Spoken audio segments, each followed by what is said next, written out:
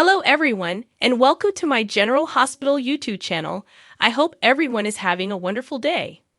Before we begin, please hit the subscribe button and give this video a thumbs up. Joss knows where to find Dex, Lucy is skeptical, and Tracy is disappointed today on General Hospital. Maxie and Brooke Lynn at Deception review the Crimson issue with the products that are advertised there.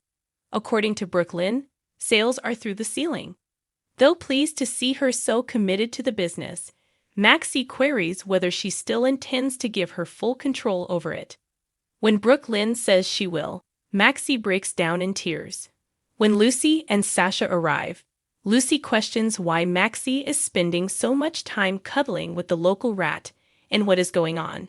They are simply pleased with the spread in crimson, according to Maxie. Sasha compliments the advertising campaign, but Tracy enters the scene and declares that they have been duped and that someone has to pay the price. Tracy claims the arrangement of their advertisement was altered, and they were promised an interview that isn't in the publication. Maxie claims that Carly approached them regarding a problem with layout and spacing, but in exchange for not including an interview, Carly provided them more room for their ads. Sasha stands her ground, but Tracy says that if Maxie truly loves what Carly accomplished, she ought to sell her shares of Deception and return to Crimson. In support of Maxie, Brooke Lynn claims that the ad has increased traffic to their website, which has resulted in sales. Lucy believes she has other things to do with her time after growing bored and leaving. Maxie tells Sasha they should leave, irritated. After talking to Tracy about the wedding, Brooke Lynn acts as though she wants to bring a guest, which is why she threw a tantrum and refused to receive a +1 on the invitation. She fears that because she is Tracy Angelica Quartermain, her grandmother is alone and scared to invite her to the wedding. However, this shouldn't be the case. Tracy acknowledges that someone exists, but asking them is pointless. Brooke Lynn queries why and whether he will go. When Brooke Lynn learns it's Gregory, she gasps. Brooke Lynn believes that Tracy would prefer to be on Gregory's arm rather than bumping into him during the function. When Maxie and Sasha go to the cafe, Maxie gets upset that Tracy doesn't understand the problem. Sasha asks Maxie if she has any further thoughts before saying that Brooke Lynn will take care of Tracy. Maxie's financial solvency is almost restored, which is fantastic news, according to Sasha. Maxie acknowledges that Spinelli will shortly move out after his apartment repairs are completed. She claims that she enjoys having him around since he is terrific with the kids and a great listener. Maxie thinks she's asked him too much already, but Sasha advises she ask him to say. Trina confides in Joss about her sentiments of loss at Charlie's. Joss had a similar loss with Oscar's passing, which is how she knows Trina will overcome this. When Trina asks about Dex, Joss says she can't tell her everything about the reason he left. She is asked to tell Trina as much as she can. Trina inquires as to if Sonny's guards are preventing him from coming, and Joss answers her questions. Because she knows the majority of the guards' phone numbers, Joss gets an idea and looks to Spinelli, believing he can track their phones. Felicia praises Spinelli at the bar for putting up with her charade to help Maxie. But she believes that now that Maxie is almost back on her feet, it's time for him to go back to his place. Disappointed, Spinelli remarks that a lot more may go wrong and that Maxie can end herself in a worse scenario than the one she is in. It seems to Felicia that he is reluctant to move away. He justifies this by saying that it would interfere with the children's education, because he is teaching them how to play tabletop role-playing fantasy games. When Cody shows up, he claims to have heard them and advises Spinelli to be honest with Felicia. After glancing at Cody, Spinelli tells him that he only wants to spend time with the kids and that they will miss him if he departs right away. Felicia says they may come to an agreement to gradually wean him from the property. Lucy approaches Felicia and asks her to accompany her right away. She is dragged from the bar by Lucy. Cody informs Spinelli that Felicia is correct to move out. Spinelli acknowledges that Cody is correct and that he has feelings for Maxie that go beyond platonic ones. But he can't tell her and jeopardize their friendship in the process. Further, is Julian the gunman? Lucy asks Felicia outside Charlie's if Maxie has spoken to her about deception and that snake Brooklyn. Lucy is baffled as to why Brooklyn appears so gorgeous thanks to Maxie. Felicia is unaware of their relationship. She believes they are only helping each other out. She would want to be of further assistance. Lucy says she must go and disappears. Cody returns inside and discovers a flyer for that evening's karaoke at the pub. Joss walks up to speak with Spinelli in the interim. She asks him if he can use a number to assist her locate his cell phone. He wonders what this is about and replies that he can. The less he knows, she says, the better. Convincing Sasha to bring Maxie to Charlie's because Spinelli will be there and it will be worthwhile. Cody phones Sasha in the meantime. Gregory is informed by Alexis at the Invader that their numbers have increased, which should please their new publisher.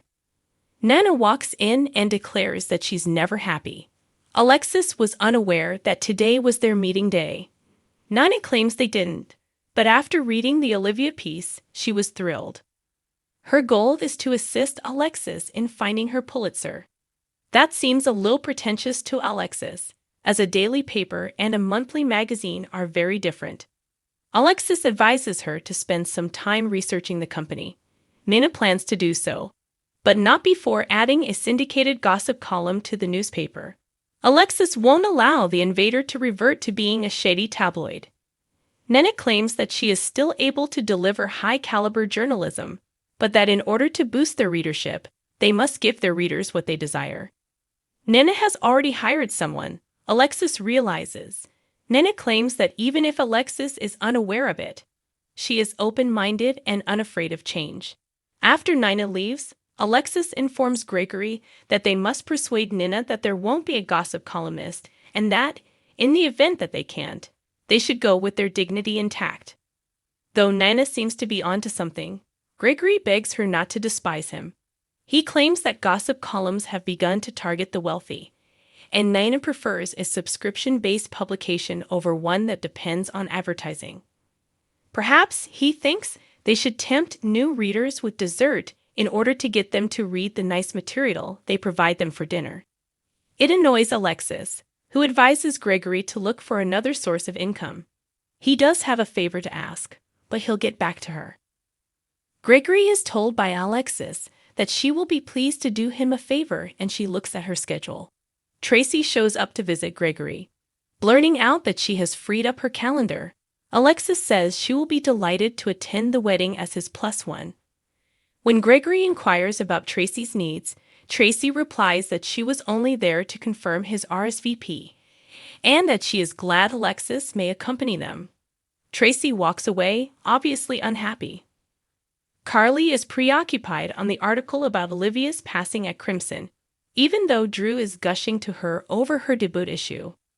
Olivia is bringing up memories because it was she who planted the vehicle bomb that killed Morgan. When Drew learned of her passing, he too considered Morgan, but he soon realized the problem. Carly is aware that today is a wonderful day, but she can't help but think of her son's needless death. When it comes to losing a kid, Drew claims she shouldn't be able to recover from this, despite her belief that she should. As they settle down, Drew advises Carly to take the day off. Carly won't because she wants to support her crew, who put in a lot of work to bring attention to this issue. They embrace, and Nana steps forward. Nina clarifies that she is merely following up to see if the office renovations are satisfactory. Nina observes that Carly is a lot easier to cope with than her partner, and Carly confirms this.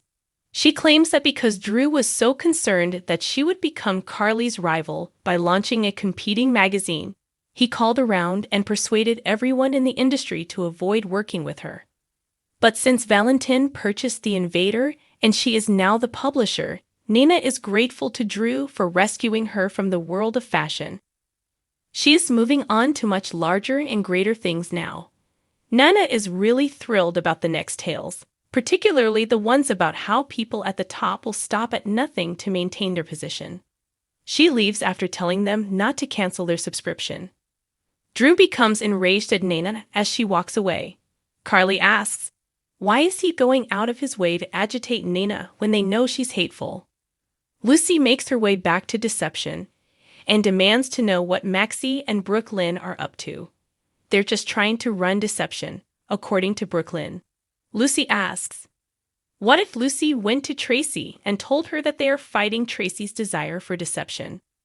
Lucy is asked by Brooklyn what she desires from her quiet. I want in, Lucy exclaims. Ava says she'll get out of Sonny's hair when she shows up at the penthouse because she didn't anticipate him being there. Sonny tells her that they must discuss her sister since she cannot ignore him indefinitely. They weren't close, Ava notes, and she did keep her prisoner once, but she's glad she's dead. After hearing what he has to say, Sonny believes she might not be. He admits that Olivia was slain by the same people who had attempted to kill him twice. They get credit from Ava for eliminating Olivia and performing at least one good deed. When there's a guest, Ava excuses herself to see how Avery is doing. Thanks for watching if you like this video, so please don't forget to subscribe my channel and don't miss any update.